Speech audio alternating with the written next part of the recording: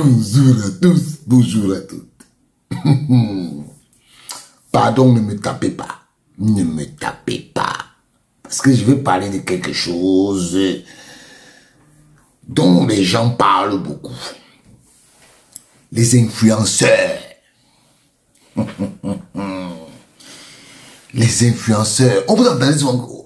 Oh, les influenceurs, les influenceurs, les influenceuses, les influenceurs. Dans le domaine que je connais, les influenceurs sont des personnes qui ont construit une audience et qui peuvent influencer les opinions et les comportements de leurs abonnés. Oh. En tout cas, dans le domaine du sport, les influenceurs peuvent être des athlètes, des entraîneurs, des commentateurs ou des personnalités qui partagent leur expérience, leurs connaissances et leur passion pour leur audience. Je ne suis pas influenceur, pardon, enlevez-moi là-bas, parce que je ne sais pas si ce que je viens de dire là, je rentre dans la catégorie là. En tout cas, dans le domaine du sport que je connais, les types d'influenceurs sportifs, les athlètes professionnels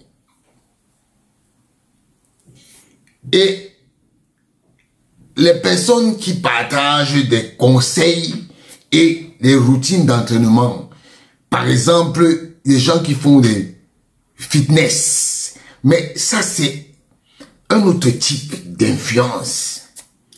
Et vous savez, les commentateurs sportifs qui analysent et commentent les événements sportifs sont aussi considérés comme des influenceurs. Les journalistes sont aussi des influenceurs. Mais, vous savez, il y a des gens qui voient ce thème de façon péjorative. Parce que un vrai influenceur peut aider à augmenter la visibilité d'une marque, d'un produit auprès d'une audience ciblée. Le plus grand influenceur que moi je connais au Cameroun, le plus grand et le seul que je connaisse, quand il met un post, 15 minutes plus tard, il y a 300 partages. C'est Samuel Eto'o. C'est Samuel Eto'o, le plus grand influenceur que moi je connais. Hein? Moi je l'observe, je vois. Et il faut savoir qu'un bon influenceur doit avoir de la crédibilité. Et Samuel Eto'o a la crédibilité. Parce que quand votre influenceur touche à un produit, tous ceux qui veulent connaître la marque, ils peuvent recommander la marque à leur personne. Et les influenceurs là peuvent aussi, dans le sport, aider à créer de l'engagement et de la conversation autour de vos marques et de vos produits.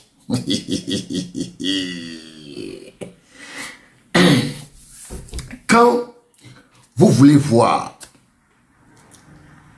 les influenceurs qui font dans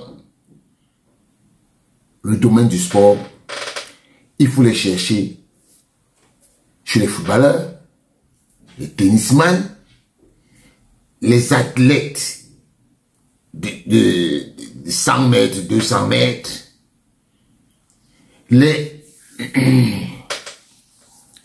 rugbymen, non pas trop, Et aussi, il faut savoir que aujourd'hui, on a un nouveau type. On a un nouveau type d'influenceurs. Par exemple, les Francis Ngannou, qui sont des athlètes qui peuvent influencer le comportement de consommation de ceux qui les suivent. Vous vous souvenez, on disait souvent que Francis Ngannou, il tape les gens pour vivre. Mais malheureusement, il n'y a aucune marque qui a suivi le mouvement. Pourtant, voilà un argument marketing qui pouvait aider. Alors, parce que je vois souvent, on dit que non, telle personne, les plus grands influenceurs, les plus grands, ce sont les sportifs. Remarquez très bien, les sportifs sont les plus grands influenceurs. Un gars comme Kylian Mbappé. En France, moi j'étais à Clairefontaine. Ce n'était que lui, c'était que son nom que les gens chantaient. Et aujourd'hui, il a sa marque, KM, qui marche bien, très bien. Oui, sa marque marche très bien. Parce que je remarque que aujourd'hui, ce terme influenceur est un peu galvaudé. Un peu galvaudé par des personnes qui disent qu'ils sont des influenceurs. Qui sont sur les réseaux sociaux, ils parlent de Congo ça. Ça, ce n'est pas de l'influence, je suis désolé. Un influenceur doit impacter positivement sur ceux qui l'écoutent. Oui, il doit impacter sur ceux qui l'écoutent positivement. Et non venir... Je vais vous dire, est-ce que quand on achète influenceur là, vous parlez du nom de quelqu'un qui joue au golf quelque part là, il n'est pas un influenceur. Il ne peut pas influencer les masses. Parce qu'il n'a pas déjà le charisme, il n'a pas le caractère, il n'a pas le topo.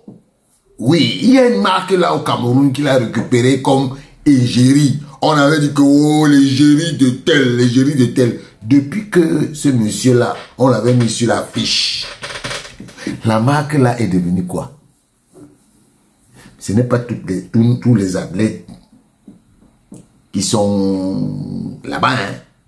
Ce ne sont pas tous les athlètes qui sont de bons influenceurs. Hein.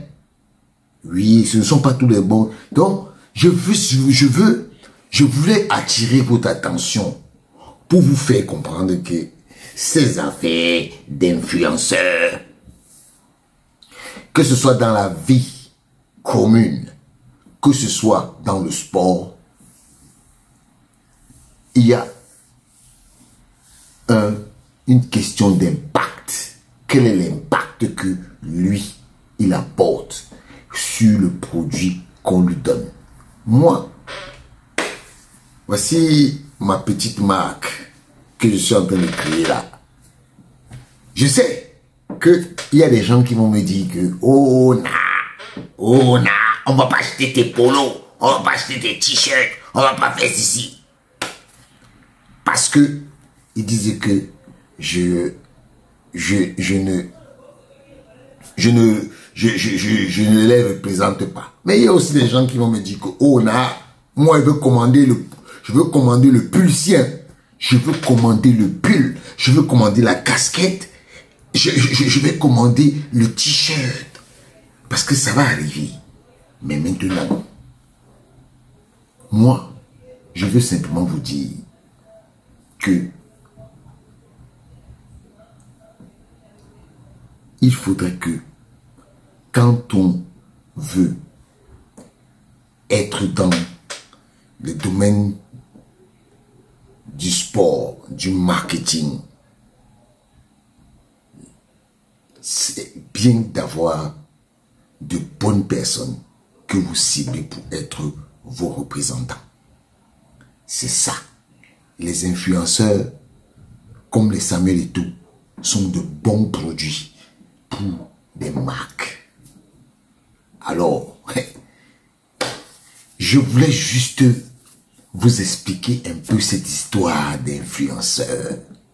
Parce que quand on dit que tel est influenceur, tel autre influenceur, je regarde un peu le nombre d'abonnés, je vois que un influenceur qui a 10 000 abonnés, mon frère, tu parles à 10 000 personnes dans un monde de 1 milliard, c'est comme une goutte d'eau dans un océan.